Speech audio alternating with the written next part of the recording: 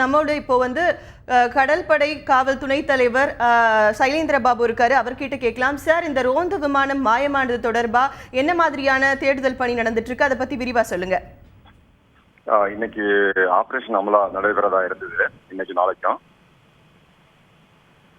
அப்போ இந்த நேற்றுக்கு இரவு ரோந்து போன கோஸ்ட்கார்டு விமானம் திரும்பி வரல அப்படிங்கறதுனால இப்போ அதை தேடக்கூடிய பணியில் ஈடுபட்டு இருக்கோம்.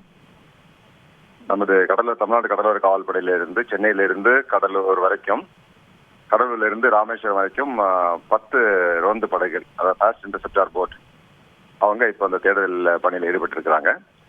இந்த விமானம் வந்து மிதக்கக்கூடிய விமானம் தான். அந்த விமானிகள் கூட அவங்க பேராசூட் வச்சிருக்கிறாங்க.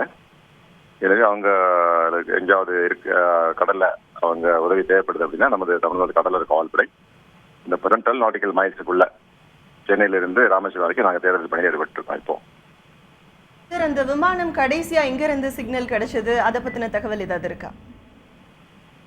அது கிட்டத்தட்ட நைட்டு இரவு 9:30 மணி வரைக்கும் தொடர்பு இருந்திருக்குது. அது குறிப்பா நீங்க காரைக்காலுக்கும் கடலூருக்கும் இடைப்பட்ட பகுதியில கடல்ல சுமார் 40 நாட்டிக்கல் மைல் சொல்றோம், அந்த பகுதி வரைக்கும் தகவல் இருந்திருக்கு. எனவே அந்த பகுதியில அதிகமா நாங்க எங்களுடைய படகுகளை செலுத்தி பார்ப்போம்.